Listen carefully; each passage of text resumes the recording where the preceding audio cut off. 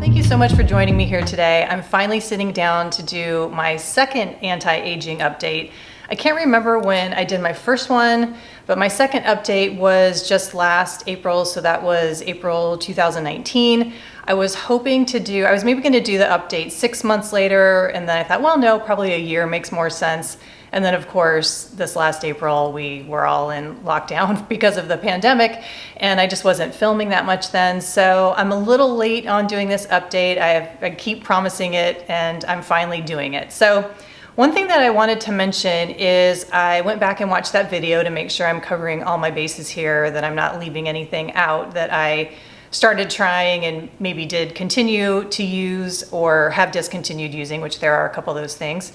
And of course, the big thing is the hair situation that I'll show you the picture here, the thumbnail from my last video on anti-aging. And yeah, so now I am letting my gray hair come in. So of course, in an anti-aging video, you know, some might think that gray hair, letting your silver shine, is gonna make you look older. It probably does. To the outside world, I maybe, you know, appear older, but you know, I've just let go of all that. I don't really care what other people think and if they're liking it, because I actually am really liking it. And I don't want this to be a video about my gray hair. I really want it to be about skincare, but I just wanted to say that I noticed when I was watching that video that my roots were just so dark, and you could see the real, like the darkness there.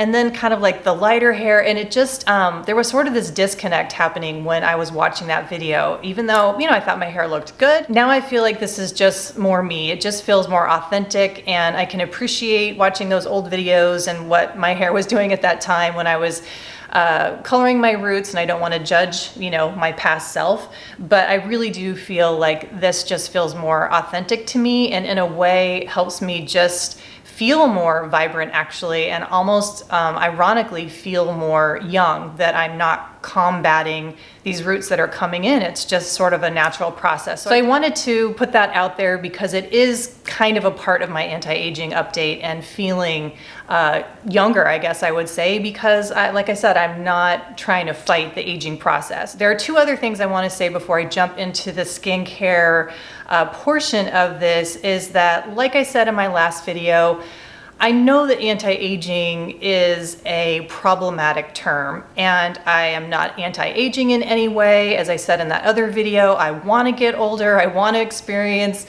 life, you know, for another 40 years or whatever. So I want to get older. I'm not anti-aging. I just don't really like the alternatives that people are throwing around. Haven't really just like grabbed me or resonated with me. I guess well aging might be one of those. So anti-aging / well aging. And then the other thing I wanted to point out is that all of this skincare is really just like optimizing. I was just listening to a podcast, or re-listening to a podcast that I'm going to mention later on in this video, that there are just really foundational things that one should do to really be healthy and let your skin glow. And of course, that's going to start with diet, having a healthy, well-rounded diet, eating fruits and vegetables that have lots of antioxidants and fiber and all those good nutrients for you, vitamins and minerals. Exercise, hydration, and sleeping well. And those four things really, in my mind, I agree with what these podcasters were saying in terms of being the foundation for healthy skin. And then all these other skincare treatments and products are just optimizing, hopefully, that good baseline of healthy skin. So let's go ahead and move into sort of comparing what I was using then and if I'm still using them now. So in that video, the first thing I talked about was vitamin C, and I still am using vitamin C products. I stand by vitamin C being a really excellent active for helping you maintain kind of that like youthful, dewy glow. So it's gonna brighten, even out skin tone, and it can really help reduce melasma or, you know, sunspots, age spots, any kind of hyperpigmentation you might have. So in that video, I was using the Blissoma Phyto Brightening Serum and the Live Botanical, First Light Brightening Oil. I am no longer using the Blissoma. That was sent to me in PR. I was using it at the time. I enjoyed it for probably like the first half of the bottle, but ultimately I didn't really notice any big difference in my skin. So I just stopped using it, and it's not a product I would purchase myself in the future. I am, however, still using the Live Botanical First Light Brightening Oil. You've heard me talk about this many times on my channel. It is one of my favorite oils, and this has the tetrahexyl decyl ascorbate, so that is also known as THD. It also has ceramides in it and just beautiful plant oil. So this is one that I have continued to use and will always love to have in my skincare routine. Another vitamin C product that I am testing out, this is the first time I've ever purchased this, was the Timeless Skincare 20% vitamin C and ferulic acid vitamin E. And this is kind of like a knockoff of the SkinCeuticals. I think it's SkinCeuticals is the name of the company that started using L-ascorbic with ferulic acid. It's really expensive. I didn't want to purchase it and spend over $100 on it, so I opted for the Timeless instead. This is not a green beauty product, so you're going to want to check the ingredient list to make sure that it's in line with, the types of ingredients that you like to use. I really do like this. It's a great serum that plays well under other, moisturizers, sunscreen. I probably reach for this maybe 2 or 3 times a week. I really like to use it under sunscreen when I'm going to be outdoors, exercising, or I might be outside for quite a while. And then I mentioned this product actually in my last video of new products that I'm using. This is the Good Molecules Niacinamide Brightening Toner. And I forgot to mention that this actually has vitamin C in it. Now this has ethyl ascorbic acid, which is different than L-ascorbic acid. I don't know a whole lot about the differences, and I actually have to be honest that I didn't research, how the ethyl ascorbic acid is made. I'm okay with using this product. I think I mentioned in my last video that I use it maybe 3 to 4 times a week. And of course it's a toner, so I use it under other products, and it soaks in right away. It has not caused me any issues with pilling or, not working well with other products. So I do really enjoy this a lot. And then of course it's got the niacinamide that's gonna help with brightening and evening skin tone, also being anti-inflammatory. And then I think there's also licorice in here, which is a great ingredient for brightening as well. So these are the 3 vitamin C products that I have. I would say, most enjoyable, most pleasurable, most in line with sort of my green beauty ethos is obviously the Live Botanical. But again, I really am enjoying the Good Molecules and then the Timeless. I'll put all these products down below, of course, so that you can check out the ingredient decks yourself. Because in this video, I'm not really gonna go in depth into individual ingredients or ingredient lists, because I just want to have it be more in general, what I'm using right now for anti-aging. So the next thing that I talked about in that previous video was my use of retinoids, which I am still using. I wanted to tackle this little wrinkle here that I have that is still there, and just fine lines and maybe not so fine lines, medium to big wrinkles that are occurring on my forehead. And so the big thing that I mentioned in that video was starting to use the retinoid cream. So this is a prescription strength retinoid, and it is retinoic acid. So prescription strength, this is the 0.1%. Now, I actually have not been using this on the regular. So I've had it over a year now, and I don't know, I would say I have about half of it left. I was pretty diligent using it at the beginning of when I first got it back in April. I think I had been using, or April 2019, I should say. I think I had been using it for about 2 weeks when I started filming. And then I just kind of tapered off because I really just enjoy using these other products more that I'm going to mention. And I didn't really notice that big of a difference between this and the other products. And part of that might be because I would usually use this either on top of or mixed in with an emulsion type product, like the Heart of Gold Sweetbriar Nectar would be a perfect example, or the Ambient Moisture Liquid from Live Botanical. So I never put it on bare skin, which I do do think also helps with the irritation. Like I never got irritation or peeling when I would use this. So I don't know if putting it on top of other products decrease the efficacy. I've been told that it doesn't. It just makes it penetrate slower, so you're not gonna have as much irritation. But whatever the reason, you know, and maybe intuitively or whatever, I just haven't been as drawn to using the prescription strength retinoic acid. What I have been using and really, really loving is the Sunday Riley A+ high dose retinoid serum. Now I have gone through many samples of this. I also got the smaller size bottle, so this time I got the large bottle because I really love this. I'm not going to go into textures of most of these products, but just so that you can see, it's got like a really silky, light, lotiony texture. And it's just a pleasure to use. I don't know what it is about this. It's just, you know, it probably is. I think there are silicones in here. So I don't think anything in my skincare has silicones in it, or if they do, it's very few or very rare. So that's probably why I feel like this feels so good, is because there is still, I think there's dimethicone in there. So it just creates this beautiful slip, feels so good putting it on. This is the most reached for retinoid product in my collection. And I don't know, I'm gonna take a stab at maybe 3 to 4 times a week that I end up using this. I also really like the Drunk Elephant A Passione Retinol Cream. Now, I am not a big Drunk Elephant fan. I got a sample of this and then just ended up really liking it. So this is the only Drunk Elephant product that I still have and would possibly repurchase. I don't feel like I need to though, because I think I would just keep using the Sunday Riley. But why I do like this one, and you'll see this is thicker, and you'll see that it's got that yellowish orange color.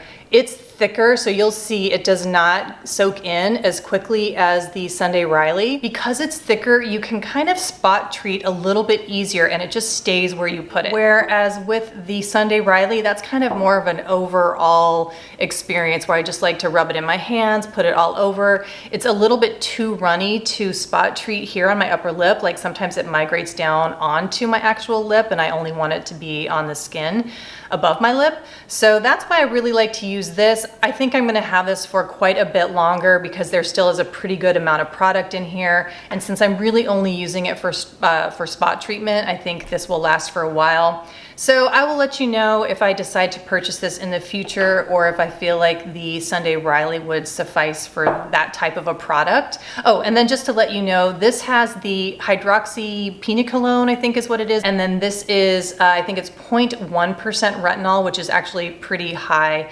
percentage of retinol. So you don't want to just dive into these if you've never used any kind of a retinoid product. You want to take it really slow. So start low and go slow when you're working with these types of products. One product that I still really love is the Jordan Samuel Etoile with retinol. So this is their treatment oil. This is Jordan's treatment oil. And let me just jump back here for a second because I forgot to talk about the retinol products that I was using before. So that was the, I've used the Arcona Youth Serum, which I do actually still really like, but I don't have it with me right now. I may or may not repurchase that again in the future, but like I said, I'm pretty happy with the Sunday Riley as far as a, you know, over-the-counter, you know, beauty skincare type product. I also talked about the Pestle and Mortar Superstar, as well as this one, the Jordan Samuel Retinol Treatment Oil. And between those two, I think that the Jordan Samuel is obviously the better buy because the Pestle and Mortar is really expensive. Now, the difference between the two is that the Pestle and Mortar does have the HPR in it, whereas the Jordan Samuel has the retinol in it. So if you really want to try the HPR in an oil format, I do recommend the Pestle and Mortar. But as far as efficacy, I found that both of them really did work the same for me. And I just really love Jordan Samuel. I love everything that he's about. And so I would actually recommend this one over the Pestle and Mortar, especially if you're new to this type of a product with retinol in it or a retinoid in it. and you want something really gentle with beautiful oils, I do still highly recommend this. And then just a quick shout out to the Votary Intense Night Oil. This has the retinoid in it. I can't remember which one, if it's retinol or if it's the HPR. I'm sorry, I can't remember exactly which one is in here. I haven't been using this for very long. This came in the August beauty box from the Boxwalla. But so far I've really been enjoying using it, so I have been integrating that into my skincare as well. And then I also want to give a little nod to bakuchiol. As I've mentioned in the past, I've been a little bit on the fence about bakuchiol because of, the possibility that it's endangered. I don't know if technically it is or isn't. There's a bit of a debate and controversy, I would say, about that. But one thing is that it's definitely wild harvested, so it is not cultivated. So that to me right there is kind of an issue with such high demand for bakuchiol right now. Practically every line has something with bakuchiol in it now. So it just concerns me that it is a medicinal plant, not only for your skin, but internally for many chronic conditions that is used in India. So I hate to put this plant at risk when it's been used in India for, I don't know, probably hundreds or thousands of years to treat chronic conditions, diseases, ailments. So I'm not going to completely ban bakuchiol from my skincare, but I'm more inclined to use other things. But I will say that the Earthwise Beauty Black Locust Firming Concentrate has bakuchiol in it, and this is a beautiful product. So if you are looking for something with bakuchiol, I definitely recommend this. I've talked about this before. I don't know if that got in focus there, so let's try it again. I have talked about this before. I really enjoy it. I love the texture. It kind of, it's an oil, but it soaks in right away, so you can use it day or night. And then the other thing that I am really, really liking is moth bean extract. So that is a nice alternative, I would say, to bakuchiol. And just to say real quickly that bakuchiol and moth bean are being touted as botanical retinols or retinol alternatives. And to be clear, they are not related to vitamin A or the retinol family, the retinoid family at all. But people say that it's a botanical alternative because it has similar effects in terms of, plumping up the skin, increasing collagen, decreasing fine lines, having brightening properties. And I do think it is true. I really do get good results when I use bakuchiol. So I do really like bakuchiol a lot. I think it's a great effective ingredient, but I am leaning more towards using moth bean extract. And a really good example of that is this Lil Fox Dewy Bean Dream. And I did mention this in my previous video that I just did. And I really, really like it. When I filmed that other video, I hadn't used this during the day, but now that I've ran out of my Live Botanical, I think it's the Exfoliating Illuminating Serum or the Illuminating Exfoliating Serum. In that product, she also has moth bean extract in there, but I'm out of that. And that's the one I kind of preferred to use during the day. But I have been mixing this with, again, the emulsion type serums that I love. I put 2 pumps of this mixed with 2 pumps of the Live Botanical Ambient Moisture Liquid. Mix them together in my palm, pat it on my skin. I have done that for the last 2 mornings, and wow, I mean, so beautiful. It's just like a great texture. They blend well together, and then my skin is just like super glowy. If anything, maybe too glowy, and I've had to kind of like tamp it down just a little bit, but I really love that combination.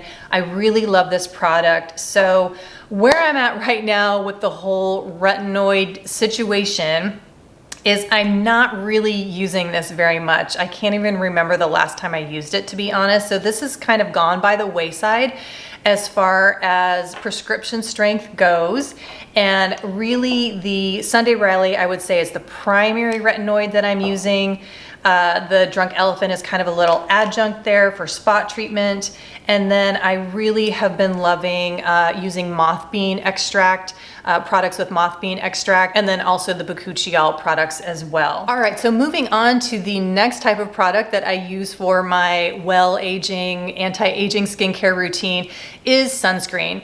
And I'd like to go back to what I said at the first part of this video where, you know, having a good foundation of diet, exercise, sleep, hydration is crucial for, you know, healthy skin. I would say that SPF definitely goes in that foundational basket more so than optimizing, because I really do think that SPF is just so incredible, not only for preventing skin cancer, but also to help prevent, for me specifically, melasma. And then, as I mentioned in the other video that I did, my anti-aging update, the first one was that there have been studies to show that not only does it help prevent, you know, melasma, skin cancer, when you have sunscreen on, it also gives your skin a break to regenerate during the day. So it's pretty powerful stuff. Now, having said that, it's incredibly important to me, and I want to say this is for me and also my skin tone, which is olive. I don't really burn very easily, that I do like to get sun on my skin. I would say I strive for about a half an hour every day. Sometimes when I go for a walk, I will always have sunscreen on my face. I always put sunscreen on my forearms because I don't want these spots to get any darker. But a lot of times I leave my legs bare and my upper arms bare so I can get that vitamin D synthesis, because there have been studies to show that getting sunlight helps decrease other types of cancers. So anyway, that was kind of a little like diversion that I took there, but I do want to say I'm a religious sunscreen user on my face, but I do at times, or I should say try for 20 to 30 minutes, especially in the summertime, to get sun on my skin, because I have had chronically low vitamin D living here in the Pacific Northwest, and I finally have it in a normal range. I just got those lab results actually 2 days ago that my vitamin D is in the normal range. So I am ecstatic. I don't even know, ever since I've been getting my vitamin D tested, I've never had it in the normal range. Okay, so enough about that. Let me tell you about the sunscreens that I am using and loving. But actually, before we get to that, I do want to mention there is one sunscreen product that I don't have with me here today, but I love it. I would purchase it again in a heartbeat, and that is the Juice Beauty Mineral Moisturizer. And I get the one in sheer, and I think that is SPF 30. So one of the reasons why I didn't repurchase it is because I'm trying to go for more like in the 50 SPF range for my face. But I would definitely get the Juice Beauty one in a heartbeat. It's well priced, it's easy to get, like on Pharmaca, Whole Foods, those kinds of places. So I don't have it with me today, but I still highly, highly recommend it. For my face, what I tend to reach for the most, actually, just on a day-to-day basis, is the combination of the Josie Maran SPF 47. And actually, I just realized that I grabbed my tinted one, which I actually do use and I do really like now that I have more of a tan. When my skin was more like pasty and pale in the middle of the winter time, this read a little too orange, but now this is, you know, it's just fine. But what I like to use actually is the untinted of the Josie Maran mixed with the My Shell Sun Shield Liquid, which is SPF 50. I know that there's kind of like mixed reviews for this, but this works really well on my skin and it blends really well with the Josie Maran, it's 47 SPF untinted, and I also like to mix it with the Malu Protecting Day Cream. This is SPF 30. So then obviously if I do about half of this and half of this, that's gonna up the SPF to about 40. And then the other sunscreen that I really love to use, which is a lovely product that you can just use on its own. When I use this one, I don't really need a whole lot of other products. This is the Josh Rosebrook Nutrient Day Cream in Tinted, and this is SPF 30. So pretty much using the same things that I have been using, I don't know, I would say for the last 2 or 3 years or so. One thing I don't have here with me are the Babo Botanics. It's either Babo Botanics or Babo Botanicals. Their sunscreen sticks are phenomenal. I have so many of them around my house. I have them in my bathroom, in my tennis bag, in my tote bag, in the car. I really love the tinted one, and that works really, really well for right above my lip if I want to like spot treat over here to get really good coverage on a little sunspot that I've got right here. And I also use it on my forearms, which also, because it's tinted, it helps these just kind of blend into my regular like tan skin. Speaking of my forearms, this is a good segue to another product that I talked about that I was newly using at that time, and that was the hydroquinone. I think it was 4% or 0.4%. I can't remember what it was. I think it's 4%. That I got that as a prescription from my dermatologist to help decrease the darkness of these sunspots, and that is something I have completely stopped using. I think I used it for about a month, pretty regularly, religiously, and you know what? First of all, I wasn't really noticing that big of a difference, and second of all, there was something inside me always that wasn't super comfortable using it. So since I just kind of had that, like I was on the fence, not feeling great about it, combined with the fact that I didn't notice that big of a change, I just decided to stop using it. I don't even know if I threw it away or if I still have it. I'm not really sure, but I'm definitely not using that anymore. And I don't really foresee myself doing, giving it a try again. I would say the big change for me is that I'm just living with them. So here are my sunspots, here and here. They're nothing terrible. If I'm gonna sit there and stare at them, yes, they do start to bother me. But I think in my last video, I said that they were driving me crazy and bonkers, which is definitely the truth at that time. But I've kind of made peace with them. They don't really bother me that much anymore. And like I said, when I've got that Babo Botanics tinted sunscreen stick on top of it, I can hardly see them. So that's where I'm at with these spots, and they are what they are. I don't really see myself getting laser treatment for them either, because it would just be, I don't know, there's just so many of them. It'd be hard to do, to be quite honest. So I've let it go. They don't really bother me anymore. Like I said, if I'm gonna start staring at them and thinking about them, then yeah, I'd probably be like, oh God, I wish I didn't have these. But it's just a part of what my skin is, so I'm just living with it. So that's the update on the hydroquinone, not using it anymore. I want to talk about Botox real quick, because in my previous video, I did mention Botox and kind of like, well, I would never rule it out. Maybe I would get it, maybe not. So I just wanted to give you the update on my thoughts about Botox, because I did listen to a podcast not too long after I did that video. So this was maybe about a year ago. And this is from The Whole View. So whole as in WHOLE. So The Whole View. And they do a lot of like paleo type podcasts, just like wellness in general. But one of the women, I think her name is Sarah Ballantyne. She has a PhD in, I don't know, some kind of science. I can't remember exactly, but she does amazing research there. It's pretty impressive. And I listened to their podcast that was devoted specifically to Botox, and it really made me rethink even the notion of getting it. So right now I'm not going to be getting Botox, and let me just kind of give you a quick overview of the podcast, but I really do recommend listening to it on your own. If anything I say here piques your interest or makes you think twice about Botox, just go and listen to their podcast. So Sarah did a deep dive into the research on Botox, and the main thing that really struck me is that the long-term research on Botox is actually really, really lacking. There are not very many studies that talk about the long-term effects of Botox.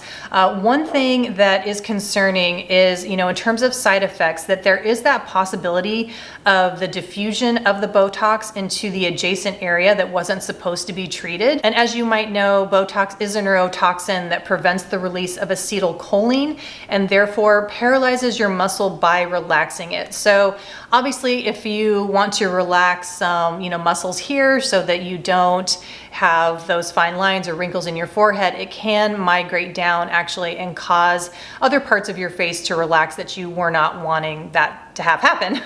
And that actually was kind of concerning for me, because even though it would be considered a side effect and it would go away after the Botox wore off, or presumably it would, I had a personal experience with having my left eye droop after surgery. I had shoulder surgery on my left shoulder in October of, oh my God, was it 2019, I think? One of the side effects that I had from the regional block was I got Horner's syndrome, which just means that basically my eyelid drooped and it was like halfway down my eyeball.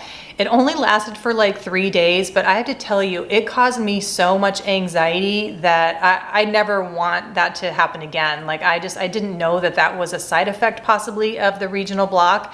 And when I experienced it, it was really, really stressful. And like I said, it only lasted for a few days. So if I were to have something like that happen from Botox and it wasn't going to wear off for 3 months, I mean, just thinking about that gives me so much anxiety. So that in and of itself is enough reason for me not to want to have Botox. And I guess I knew that that was a side effect possibility, and I'm sure it's probably really rare, but I just do not want to mess around with that at all. And then moving to the long-term studies, what has been shown is that the adverse effects actually start to ramp up, or you have a risk of an adverse effect the more times you use Botox. And it sounds like at around the 10th or 11th injection, so that's going to be probably after about 3 to 4 years of using Botox, that is when you're at an increased risk for these adverse reactions, which can be fatigue, headache, neck pain, double vision. The more adverse reactions are going to be difficulty speaking and swallowing. And again, this is all information that I got from the podcast. I have to be honest, I've never done my own personal research into these studies, but it has given me enough pause that I don't really need to do Botox. But I just want to add that the ladies on the podcast, when they did their research, they also found that there were some labs that were able to produce the fact that the botulinum, I think it's called botulinum toxin, can actually travel up the neuron and into the next neuron and then be secreted outside of the cell and can get taken up by the next neuron. So there is the possibility of the neurotoxin spreading, and that it can also travel through our nerves systemically. And so again, that can affect your inflammatory process, and it can also possibly affect the central nervous system. And then what's really compelling is there have been, I think they said 6 to 8 studies, maybe it was 8 studies, that have looked at the effect of Botox on emotional health. So it has the ability to blunt your emotional response and experiences. So how I understand it is that if you are in a conversation with somebody and the person that you're talking to is giving subtle cues through their face and their facial expressions, but very subtle, that they're going through a hard time, having challenges, are emotionally distraught. What happens is, like, let's say you're talking to that person, you start to mirror those really subtle emotional cues in your facial expression. And then those facial responses that you're having actually send feedback to your brain to have this emotional response, so that you're going to be empathetic with the person that you're talking to. But apparently, if you're not able to mirror those very subtle emotional responses that are happening in your friend's face or the person that you're talking to, you're unable to do that because if you've had Botox, your muscles are relaxed, so you're not able to make those small little, subtle emotional cues that you're mirroring in the person across from you, so you're not going to get that feedback to then have that emotional, empathetic response. So for me, I found that really troubling, and I consider myself an empathetic person, a sensitive person, and I would not want to blunt any kind of ability that I have to connect emotionally with another human being. And looking at my notes real quick here, it's 8 to 10 studies. I said 6 to 8, but it's actually 8 to 10 studies have shown this blunting of the emotional response in people who have had Botox. Now, having said that, I really don't want to sound, judgmental. If you've done Botox, you continue to do Botox, and you feel good and comfortable about it, then that's great. For me, listening to this podcast was really eye-opening and made me definitely think twice about if I would want to have Botox. And right now, where I stand, I don't foresee having Botox anytime in the future. But, again, never say never. But where I'm at right now is I'm not comfortable with doing Botox for all of these reasons. So I just want to mention again that this is just a really cursory overview of the in-depth podcast that really took a look at a lot of research done on Botox. So again, if you are interested in that, definitely take a listen, and I will link that below. So then the final update is to let you guys know about the Zip. So that is one of those microcurrent devices. This is what it looks like. And I don't think I had received it yet when I filmed my last video, so I had really nothing to say about it, but now I have it, and I do have things to say about it. what I don't think it does super well for me is the lifting thing. So like the lifting and the lymph drainage, I really don't notice that big of a difference between using this and then using a gua sha tool, which I'm getting out right now. I have this one from La Coes that they sent me. I really, really love this gua sha tool. It's beautiful, it feels great. But I'll talk about that a little bit more in a second. Let's talk about the zip. After I use this, I do notice some difference in the lifting, but it's not anything earth-shattering or crazy amazing. When I do my gua sha routine and I really take my time with it, I notice pretty much the same results. And in fact, I would say that with these tools, I'm able to do a better job of depuffing my eyes. So I'll go like this, 10 times with a little massage. And then with this end here, I'll go like this. That's what I do.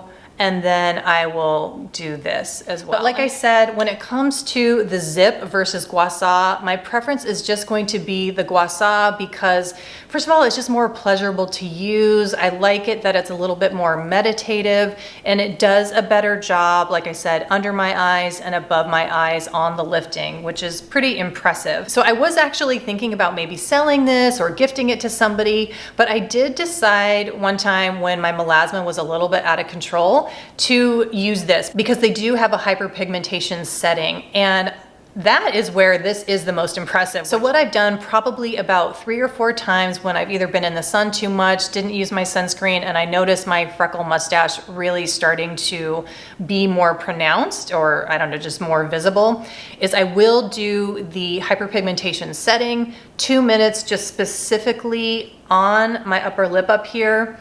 Maybe sometimes over here too, but this one, like I said, doesn't really bother me that much. So I'll really focus on the hyperpigmentation, hit it kind of hard with the retinols, either the prescription one, which I did use in the past. I don't know, maybe it was 6 months ago when I really felt like I needed to tackle it. Or I will place the drunk elephant specifically where the hyperpigmentation is. So using the zip on their hyperpigmentation setting and then in combination with the retinol right after it has been really fantastic. Like almost overnight, I will see a change, or I guess I should say a reduction in the darkness of my freckle mustache. So I'm gonna hang on to the zip a little bit longer, not for the reason why I thought it was gonna be, not for the lifting or trying to take down my eye puffiness, which I'll keep saying, I think the gua sha for me is better for that. But I am going to hang on to this for the hyperpigmentation, which I guess does fall into the category of, anti-aging or sort of that optimizing the wellness of your skin as you get older. I was just trying to think if there was anything else I wanted to say before I wrap up here, and there is. One concern that I had about the zip, actually I should say it was more about the NuFace. When I was doing research between the zip and the NuFace, I know that people had mentioned that the NuFace actually could trigger migraines. I have to tell you that the zip, I think, has triggered migraines for me in the past. So I am really reluctant, hardly ever use it anymore on the highest setting around my forehead here, because if I am on the edge of getting a migraine, this will actually cause me to get off the fence and go onto the side of getting a migraine. So I really don't want that to happen because migraines are awful. So I tend to, if I am going to use it for any kind of lifting, I do use it on the lowest setting and really just down here, maybe a little bit under my eyes, but I stay away from the highest setting on my forehead. So for those of you who do get migraines, I would use this with caution, maybe think twice about getting it, because had I known that the zip would cause that, I might not have gotten it. And I don't know if I would have spent, I can't remember, I did get it on a discount actually, so I got a really good deal on this, but I don't know if I would have spent the money if I knew I was just going to be using it on hyperpigmentation and on my lower portion of my face. I'm glad that I have it. I'm probably going to keep it, like I said, for that purpose, but it is important to know that these microcurrent devices, for some people, myself included, can trigger a migraine. So I just wanted to let you all know that as well. So now I do think I am done with talking about what I'm using to optimize the aging process for myself. I do want to put it out there that, once again, I am not a dermatologist, I'm not an esthetician, I'm not a professional in skincare at all. I'm just an avid fan of skincare. So before you jump into something new, of course you're gonna wanna do patch tests or check in with your dermatologist, especially if you have any kind of, skincare issue or concern and you're not too sure if a retinoid will be good for you. Definitely check in with a professional before you, overhaul your skincare routine. And then I also want to say that with the retinoid use, you obviously want to be using SPF. So you want to use SPF in your skincare every day anyway, but if you are using retinoids, please be really diligent about using your SPF, because the last thing you want to do is get sunburns and make your skin concerns actually worse, because those retinoids can make your skin photosensitive. I do also want to tack on real quick, I guess I wasn't done, that I also do really like to use lactic acid. I would also put that in my optimization of, the aging process of my skin. I would throw that in there as well. I have had issues with glycolic acid, but interestingly, the Dewy Bean Dream has glycolic acid in it, but I think there's enough sort of like beautiful oils in there that buffer the irritating aspects that glycolic acid can have. But I really love lactic acid. Not only does it help, with that exfoliation, it's very gentle on the exfoliation, but it also hydrates your skin.